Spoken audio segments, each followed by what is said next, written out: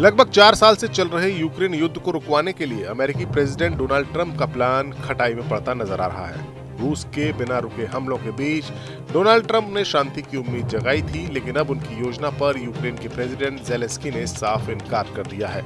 Trump नाराज है कि ज़ेलेंस्की ने प्रस्ताव को ठीक से पढ़ा तक नहीं, जबकि यूरोपीय देशों ने ज़ेलेंस्की का खुलकर साथ दिया है। ये तनाव पूरी दुनिया में चर्चा का विषय बन सकता है, क्योंकि अगर अमेरिका यूक्रेन की मदद करने से पीछे हट गया तो फिर क्या होगा। साल 2022 में रूस ने यूक्रेन पर हमला बोला था और तब से रूस यूक्रेन के डोनबास जैसे पूर्वी इलाके पर कब्जा जमाए हुए है। लाखों लोग बेघर हो चुके हैं और हाल ही में रूस ने 1600 से ज्यादा ड्रोन्स और 1200 गाइडेड बॉम्ब्स और 70 मिसाइलें दागी हैं, जिसमें ओडेसा, कीव और खार्किव जैसे शहरों की बिजली तक गुल हो गई। ट्रंप ने नवंबर में राष्ट्रपति बनते ही वादा किया था कि वे इस जंग को जल्दी खत्म कर देंगे। अब ट्रंप की नाराजगी चरम पर है। 7 दिसंबर को वॉशिंगटन में उन्होंने कहा कि वे थोड़े निराश हैं, क्योंकि ज़ेलेंस्की ने उनके प्रस्ताव को पढ़ा तक नहीं। उनके बड़े बेटे डोनाल्ड ट्रंप जूनियर ने तो यहाँ तक कह दिया कि यूक्रेन रूस से ज्यादा भ्रष्ट है और उनके पिता शायद अब इस बातचीत से पीछे हट जाए।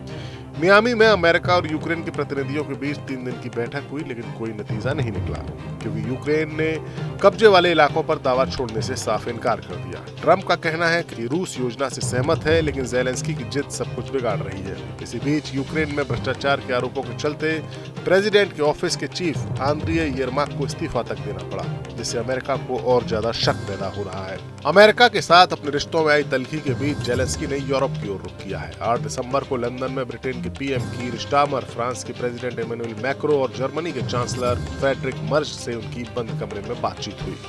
ज़ेलेंस्की ने साफ कहा कि वे कोई इलाका रूस को नहीं देंगे, क्योंकि ये न सिर्फ उनके संविधान और कानून है, बल्कि नैतिकता का सवाल भी है। वे लड़ रहे हैं ताकि अपनी जमीन को बचा सकें। यूरोपीय नेताओं ने उनका जोरदार समर्थन किया। मर्ज ने कहा कि यूक्रेन का भविष्य यूरोप का भविष्य है और वे पीछे नहीं हटेंगे। स्टारमर और मैक्रो ने सुरक्षा गारंटी और यूरोपीय संघ की सदस्यता पर तेजी से फैसला लेने का वादा किया। ज़ेलेंस्की ने कहा कि अगर रूस फिर से हमला करे तो पार्टनर क्या करेंगे, और वे ट्रंप से मिलने अमेरिका जाने को तैयार हैं अगर प्रस्ताव क्लियर हो।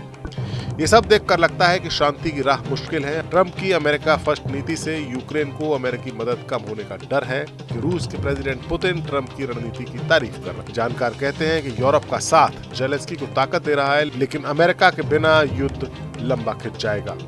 क्या ट्रंप योजना बदलेंगे या यूक्रेन झुकेगा? आने वाले दिनों में ब्रसेल्स में नाटो और यूरोपीय संघ की बैठकें इसका फैसला करेंगी। फिलहाल ज़ेलेंस्की का संकल्प साफ है, जमीन पर कब्जा नहीं छोड़ेंगे और यूरोप उनके साथ खड़ा है। Bureau report, news nation.